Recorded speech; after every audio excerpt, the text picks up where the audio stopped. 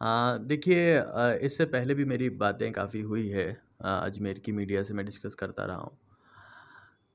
पता है, मेरी ज़िंदगी में एक बहुत इम्पोर्टेंट इंसिडेंट हुआ था। मैं सबसे पहले वो आपको शेयर करना चाह रहा हूँ कि 2016 की बात है और बहुत कम बच्चे हमारे पास पढ़ने आते थे। तकरीबन तकरीबन 15-16 के आसपास एम्प्लॉइज़ थे हमारे पास में।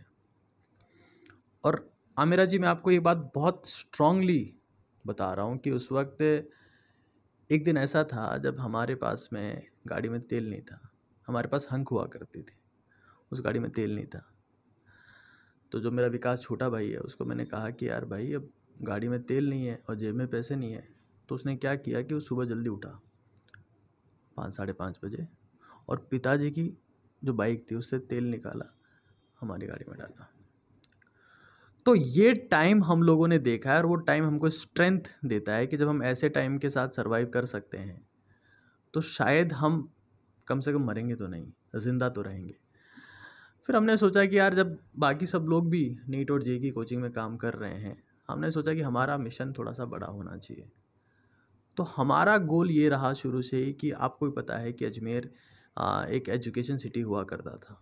आज के 20 साल पहले जब बोर्ड का रिज़ल्ट आता था 10th का और 12th का, तो ज़्यादातर टॉप रैंकर्स अजमेर के हुआ करते थे। और अजमेर की जो एजुकेशन थी वो क्वालिटी एजुकेशन थी और राजस्थान में उसका नाम था।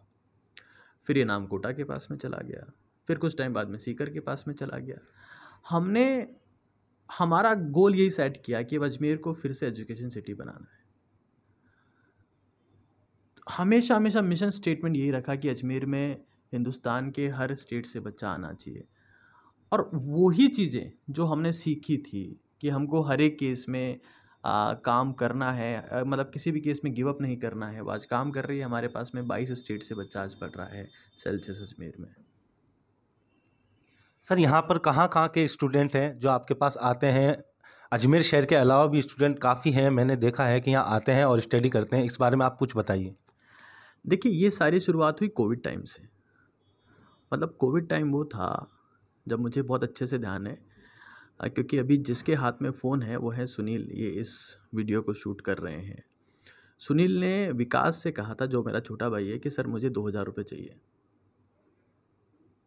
ये सेकंड वेव की बात है, क्योंकि इनकी फैमिली थी। तो विकास मुझे उस शाम को बोल रहा था कि भाई, सुनील ने मुझसे 2000 रुपये मांगे थे और अपने अकाउंट में 632 रुपये हैं। वो इतना टफ टाइम था कि ऑफलाइन में बच्चा आ नहीं रहा था। जो हमने ज़िंदगी में जो काम किया था ऑफलाइन क्लासरूम में बच्चों को टीच करने का, अब वो काम नहीं हो पा रहा था। हमने इंटरनेट पे काम करना स्टार्ट किया, हमने यूट्यूब पे वीडियोस बनाना स्टार्ट किया, वहाँ से हमसे लोग जुड़े। आज आप मानेंगे नहीं, नीट काका जी यूट्यूब चैनल पर स्टडी के लिए इतना सारा कंटेंट है कि जो बच्चा हिंदुस्तान में नीट और जेईई की तैयारी कर रहा है, वो कहीं ना कहीं हमारे चैनल को गो थ्रू करता है। और जब उन बच्चों को पढ़ना अच्छा लगा कि यार, ये टीचर तो बहुत अच्छा पढ़ाते हैं, क्योंकि वही लोग ऑफलाइन में भी टीच करते हैं, तो आज असम से, कर्नाटक से, अरुणाचल प्रदेश से, एमपी से, यूपी से, बिहार से, गुजरात से, महाराष्ट्र से, सिर्फ बॉयज़ ही नहीं, गर्ल्स भी यहाँ पर आकर पढ़ रही हैं। तो आप ये बोल सकते हैं कि मतलब लास्ट ईयर तक तो ये था कि सिर्फ नॉर्थ इंडिया के बच्चे ही आते थे, बट अब साउथ इंडिया के बच्चे भी हमारे पास में आने लगे। मतलब कर्नाटक से यहाँ बच्चा आना ये आसान बात नहीं है। और आप देखिएगा, आने वाले समय में नेक्स्ट ईयर आप देखिएगा कि आपको धीरे धीरे धीरे धीरे वो सिस्टम यहाँ दिखेगा जो लोगों ने कोटा और सीकर में देखा है, वो सिस्टम यहाँ बिल्ड होने लगेगा। ये मैं गारंटी के साथ में कह सकता हूँ, क्योंकि बच्चों का ट्रस्ट है, वो यहाँ सेटिस्फाइड हैं, वो यहाँ से सेलेक्ट होते हैं, तो वो फिर आगे और बच्चे रिकमेंड करते हैं। सर, जिस प्रकार से मैं देख रहा हूँ कि जो सेल्सियस के रिज़ल्ट रहते हैं और जिस प्रकार से यहाँ की टीचिंग है, तो क्या मैं जान सकता हूँ कि भविष्य में मुझे ऐसा लगता है कि सेल्सियस की अजमेर ही नहीं, हर एक जगह ब्रांच हो सकती है? देखिए अभिषेक जी, ये सवाल बहुत इंटरेस्टिंग सवाल है और हमने इसके बारे में काफ़ी सोचा भी है। लेकिन मैंने ये महसूस किया कि जो क्वालिटी है, जब आप भाई देखिए, आपके पास में टीचर्स हैं, अच्छे टीचर्स लिमिटेड होते हैं। जैसे इंडिया की टीम में अच्छे बैट्समैन या अच्छे बॉलर, वो फिक्स है, लिमिटेड हैं। तो जब आप कहीं और जगह ब्रांचेस स्टार्ट करते हो तो आपकी क्वालिटी डाइल्यूट होती है। जैसे मान लीजिए कोई बच्चा इंटरनेट पे उसने कंटेंट देखा, लेक्चर देखा, फिर जब वो वहाँ सेंटर पे आता है तो उसको टीचर नहीं दिखते हैं। तो क्या कहेगा कि यार हमने देखा कुछ था, हमको मिला कुछ। तो हम ये चाहते हैं कि हम एक जगह पर, क्योंकि हमारा स्टेटमेंट है that Ajmer must be the education city, तो हम किसी भी केस में पैसे बटोरने के लिए, धंधा करने के लिए किसी और शहर में नहीं जाएंगे। हम जाना चाहते तो कब के जा चुके होते सर, हम नहीं गए। क्यों? क्योंकि हमको लगता है कि जो हमने मिशन स्टेटमेंट दिया सेल्सियस को लेकर कि हमको इसको एजुकेशन सिटी बनाना है, बच्चों को यहीं लेकर आना है। आज आप मान के चलिए कि जो बच्चा अरुणाचल से अजमेर आ रहा है, असम से अजमेर आ रहा है, कर्नाटक से अजमेर आ रहा है, गुजरात से अजमेर आ रहा है, वो कोटा भी जा सकता है, वो दिल्ली भी जा सकता है, वो जयपुर भी जा सकता है, वो सीकर भी जा सकता है, वो पटना भी जा सकता है, वो लगभग हर एक जगह जा सकता है। लेकिन वो यहाँ इसलिए आता है कि उसको भरोसा है कि जो टीचर हमको दिखाए गए हैं वही टीचर हमको पढ़ाएंगे। क्या होता है, बच्चा जैसे मान लीजिए कहीं कोटा गया, कहीं सीकर गया, उनका रिजल्ट देख के गया। अब जब वो वहाँ जाता है तो ना तो वो उसको टीचर क्लासरूम में दिखता है जिसकी फ़ोटो देख के वो गया है, किसी डायरेक्टर की फ़ोटो देखी होगी उन्होंने, डायरेक्टर टीच नहीं करते हैं, ना ही वो बच्चे उसको वहाँ मिलते हैं जिनका सिलेक्शन देखकर वो गया है। वो एक नॉर्मल क्लासरूम में जाके बैठ जाता है जहाँ उसको ना ये पता है कि टीचर कौन पढ़ाएगा, ना उसको ये पता है कि वो बच्चे कहाँ हैं जिनकी फ़ोटोज़ हम देख के यहाँ पर आए हैं। हमारे यहाँ ऐसा नहीं है, टीचर भी वही हैं जिनको देख के आए हैं, और स्टूडेंट से भी हम इंटरेक्ट करवाते हैं कि वो बच्चे हैं जो हमारे यहाँ से पढ़ के सिलेक्ट हुए हैं। तो फिलहाल मेरा ऐसा कोई मन नहीं है कि हम अजमेर से बाहर जाएं, हम अजमेर में ही फोकस करेंगे और दिल से फोकस करेंगे, क्योंकि हमारा ये मानना है कि अगर आपको पानी चाहिए ना तो आपको 2-2 फीट के 100 गड्ढे नहीं खोदने चाहिए, 200 फीट का एक ही खोदना चाहिए। देखिए अभिषेक जी, क्या है कि एक बहुत इंटरेस्टिंग कहानी है। मेरा शुरू से ये रहा है कि मैं स्टूडेंट्स को जितना गाइड हो सके, जितना मेंटरशिप हो सके वो दूँ। टीचिंग मेरे खून में है, हमारी फैमिली में 7 टीचर्स हैं। तो मैं क्या करता था, मैं बच्चों के लिए कुछ गाइडेंस आर्टिकल्स लिखता था। तो उसको देखकर क्या हुआ कि बाकी कोचिंग्स वाले भी ये कहने लगे कि आप इनके आर्टिकल्स अखबार में छापते हो, हमारे क्यों नहीं छापते। वो उनसे बहस करने पहुंच गए अखबार वालों से कि हमारे आर्टिकल भी छापो। तो अखबार वाले मेरे पास में आए कि साहब अब जो है हम आपके आर्टिकल नहीं छापेंगे। मैंने कहा क्यों? बोले इसलिए क्योंकि बाकी कोचिंग्स वाले भी कह रहे हैं कि हमारे आर्टिकल भी छापो। तो ऐसे हम सबके आर्टिकल ही छापते रहेंगे तो न्यूज़ कब छापेंगे और ऐड कब छापेंगे। मैंने कहा बात तो सही है। वहाँ से मुझे ये फील हुआ कि यार शायद मैं अपनी बात को अब नहीं पहुँचा पाऊँगा स्टूडेंट्स तक। तो मैंने उन सारी बातों को, जितने भी आर्टिकल्स थे, जितने मैंने लिखे थे, ऑनलाइन लिखे थे, ऑफलाइन लिखे थे, अखबार में गए थे, सबको क्लब किया और एक किताब लिखी। ये लॉकडाउन में लिखी है मैंने, क्योंकि हमारे अकाउंट में 632 रुपये थे। और मैं आपको बताऊं, ये वो किताब है, जब मैं इस किताब को पब्लिशर्स के पास में लेके गया कि मैंने एक कंटेंट लिखा है, बहुत शिद्दत से किताब लिखी है, आप प्लीज़ उसे छापिए। अभिषेक जी, उन्होंने मुझे कहा कि हिंदुस्तान में चेहरा बिकता है, कंटेंट नहीं बिकता, और आपको कोई नहीं जानता है, आपको कोई नहीं जानता है हिंदुस्तान में, तो आपका कंटेंट लोग क्यों लेंगे। मैं अरिहंत के पास में गया, मैं सिंगेज के पास में गया, जितने टॉप पब्लिशर थे सबके पास में गया, किसी ने भी नहीं छापी। मैंने उस वक्त खुद के पैसे लगाकर 100 कॉपी छपवाई थी, क्योंकि मुझे लगता था कि इस कंटेंट में दम है, लोग लेंगे।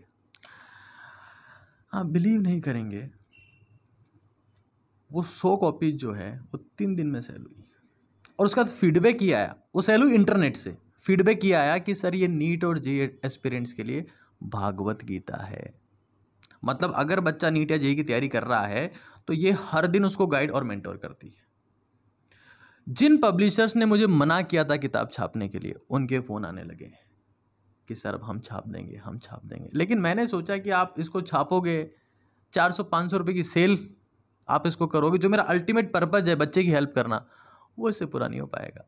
मैंने क्या किया कि जिन बच्चों को इस बुक के बारे में पता है वो तो इसको इंटरनेट से ले रहे हैं, जिन बच्चों को इसके बारे में नहीं पता है तो मैं उन बच्चों को ये बुक फ्री में डिस्ट्रीब्यूट करता हूँ। मैं कोटा में गया, वहाँ मैंने 2000 के आसपास बुक दी। मैं पटना में गया, वहाँ मैंने 2000 के आसपास बुक दी, और बच्चे खुश होते हैं।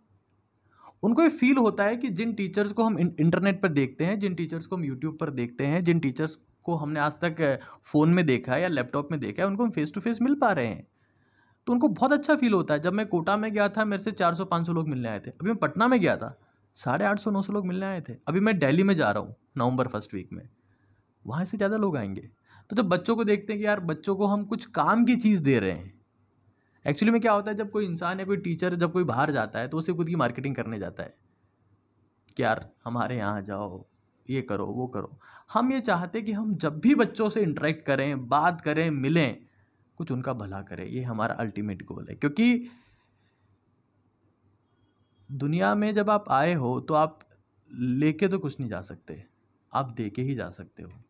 तो इसलिए मैं ये काम टाइम टू टाइम करता रहता हूँ। अभी मैं ऑल इंडिया टूर पर हूँ और लगभग हिंदुस्तान के हर एक स्टेट को कवर करूँगा। देखिए, नीट एग्ज़ाम बेसिकली पहले ये 2 एग्ज़ाम्स में डिवाइडेड था। जैसे राजस्थान का कोई बच्चा था तो उसको आरपीएमटी का एग्ज़ाम देना पड़ता था, राजस्थान प्री मेडिकल टेस्ट, और all India pre medical test देना पड़ता था। कुछ समय से, पिछले 5-7 सालों से अब नीट का एग्ज़ाम कर दिया गया, जो ऑल इंडिया लेवल पर हर जगह होता है। आज मैं आपको बताऊं कि हमारे ऑफलाइन के तकरीबन 200 बच्चे हमने एमबीबीएस में सेलेक्ट करवाए, और ऑनलाइन तो वो लिमिटलेस है। आज आप बिलीव नहीं करेंगे अभिषेक जी, आप पीछे बुक्स देख रहे होंगे, आप एक बार सुनिए, एक बार बुक्स शो करिए। ये 40 से 45 हज़ार बच्चा ऐसा है जो नीट और जेई की तैयारी करता है, तो उसके पास में ये बुक्स हैं। जेई की जहाँ तक बात है, तो जेई का एग्ज़ाम आईआईटी, मतलब जेई में 2 पार्ट हैं, एक जेई मेन होता है, एक जेई एडवांस्ड होता है। जेई मेन बेसिकली एनआईटी और ट्रिपल आईटीज़ में एडमिशन के लिए, और जेई एडवांस जो हमारी आईआईटीज़ हैं उनमें एडमिशन के लिए। इसके लिए मैथ्स आपको चाहिए होता है, और अजमेर के बहुत सारे बच्चे और बाहर से भी कई बच्चे इसके लिए तैयारी कर रहे हैं। हमने ऑनलाइन भी इसका काफ़ी सारा कंटेंट फ्री में अवेलेबल करवा रखा है। देखिए, ये सब बाई प्रोडक्ट है।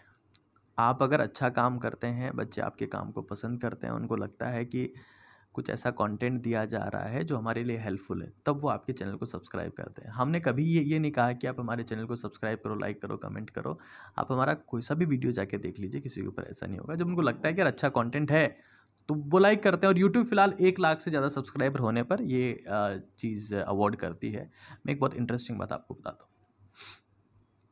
यूट्यूब पर क्या होता है अभिषेक जी, नॉर्मली वीडियोज़ होते हैं 5 से 10 मिनट, 15 मिनट, 20 मिनट के। आप अगर हमारे चैनल पे जाके देखेंगे तो वहाँ पर कुछ गन शॉट वीडियोज़ हैं, 42 आवर्स, 40 आवर्स, 35 आवर्स। उस ड्यूरेशन में हम पूरा सब्जेक्ट कवर कर देते हैं। तो जब एग्ज़ाम आता है, जब एग्ज़ाम आने वाला होता है, तो बहुत सारे बच्चे ऐसे होते हैं जो उन वीडियो से खुद का पूरा कंप्लीट कोर्स रिवाइज करते, और वो किसी एक डिस्ट्रिक्ट के नहीं होते, किसी एक स्टेट के नहीं होते, वो हिंदुस्तान के हर एक कोने के होते हैं। और वो फिर एग्ज़ाम में सेलेक्ट होने के बाद, एग्ज़ाम पास करने के बाद हमें ज़रूर से याद करते हैं। एक टाइम हुआ करता था अभिषेक जी, जब अजमेर में या कहीं पर भी बच्चा जब सेलेक्ट होता था तो टीचर उसके पीछे पीछे भागते थे कि तुम्हारी फ़ोटो दो, तुम्हारी फ़ोटो दो, हमें अखबार में छापनी है, अखबार में छापनी है। बच्चों को माला पहना के फ़ोटो खिंचवाते थे। अजमेर के कई लोग आज भी ऐसा कर रहे हैं कि तुम्हारी फ़ोटो दो, हमको छापनी है, हमको छापनी है। हमारे साथ ऐसा नहीं होता। बच्चा अगर सेलेक्ट हुआ है तो बच्चा खुद चाहता है कि सर मुझे आपसे मिलना है, सर मैं इतनी दूर से आपसे मिलने आ रहा हूँ, सर आपसे बात करने आ रहा हूँ, आपने मेरी बहुत हेल्प की है, आपको पता ही नहीं कि आप मेरी कितनी हेल्प कर चुके हो। वो बुक्स के थ्रू, वीडियोस के थ्रू ऐसा होता है। रिजल्ट के बाद में कम से कम 5 से 10 बच्चे ऐसे होंगे जो राजस्थान के बाहर से मेरे से मिलने आए कि सर आपकी वजह से मेरा सिलेक्शन हुआ। तो यूट्यूब पर अगर आप कंटेंट ऐसा दे रहे हैं बच्चों को, जो काम का कंटेंट है, जो उनकी हेल्प कर रहा है, तो आपके लिए थैंकफुल होते हैं, ऑब्वियस सी बात है। और भी उसी के फिर बाई प्रोडक्ट आते हैं, बटन और ये सब चीज़ें तो खैर सेकेंडरी है। ये आपने बहुत अमेजिंग सवाल पूछा है। मेरे हिसाब से हर इंटरव्यू की एंडिंग इस बहुत अमेजिंग सवाल से जो आपने करी है, दैट्स अमेजिंग। देखिए, मुझे लगता है कि नीट और जेई की तैयारी करने वाला बच्चा, मैं देखता हूँ, आप भी कभी किसी नीट और जेई की तैयारी करने वाले बच्चे को देखेंगे तो उसके रूम में ज़माने भर की किताबें पड़ी होती, और जब वो अपने पेरेंट्स को जाके बोलता है कि मैं फ़िज़िक्स में स्ट्रगल कर रहा हूँ, या मैं केमिस्ट्री में स्ट्रगल कर रहा हूँ, या मैं मैथ्स में दिक्कत कर रहे हैं, तो पेरेंट्स क्या करता है, उनको 2 किताब और नहीं ला के दे देता है कि बच्चा आपको फ़िज़िक्स में दिक्कत हो रही है, ये 2 किताब और पकड़ो। तो बच्चा क्या होता है, एक स्टूडेंट की जगह एक लाइब्रेरियन बन जाता है। तो वो जहाँ वो पहले एक किताब ढंग से नहीं पढ़ पा रहा था क्योंकि तभी तो उसको दिक्कत थी, अब पेरेंट्स ने उसको 2 किताब लाके और दे दी, तो बच्चा बन जाता है लाइब्रेरियन एस्पिरेंट की जगह। मैं हमेशा बच्चों से कहता हूँ कि आप हिंदुस्तान में या पूरी दुनिया में किसी भी एग्ज़ाम की तैयारी कर रहे हो, आपका सिलेक्शन या आपकी रैंक डायरेक्टली प्रोपोर्शनल टू होती है नंबर ऑफ रिविजन्स के, कि आपने कितने ज़्यादा रिवीजन किए, और इन्वर्सली प्रोपोर्शनल होती है, व्युत्क्रमानुपाती होती है नंबर ऑफ रिसोर्सेज के या नंबर ऑफ बुक्स के। 10 किताब को एक बार पढ़ने से सिलेक्शन नहीं होता है, एक किताब को 10 बार पढ़ने से सिलेक्शन होता है। और ये हर जगह चीज़ वैलिड है कि आपको अपने कंटेंट को, अपने रिसोर्सेज को, अपने बुक्स को मिनिमाइज करना है, कम से कम रखना है, और रिवीजन को मैक्सिमाइज करना है। दूसरी बड़ी बात क्या है कि बच्चा जब तैयारी कर रहा होता है तो टीचर उसको काफ़ी सारा कंटेंट लिखवाते हैं, तो उसके एक सब्जेक्ट के 15 रजिस्टर भर जाते हैं, 20 भर जाते हैं, 30 भर जाते हैं। आखिरी समय में जब उसका एग्ज़ाम होने वाला होता है तो उसके पास तैयारी के लिए 100 से 125 रजिस्टर्स भरे होते हैं 2 साल, उसमें रफ कॉपीज़ भी होती है, बाकी सब भी होता है, तो उसको देख के घबरा जाता है कि यार क्या पढूं इसमें से मैं।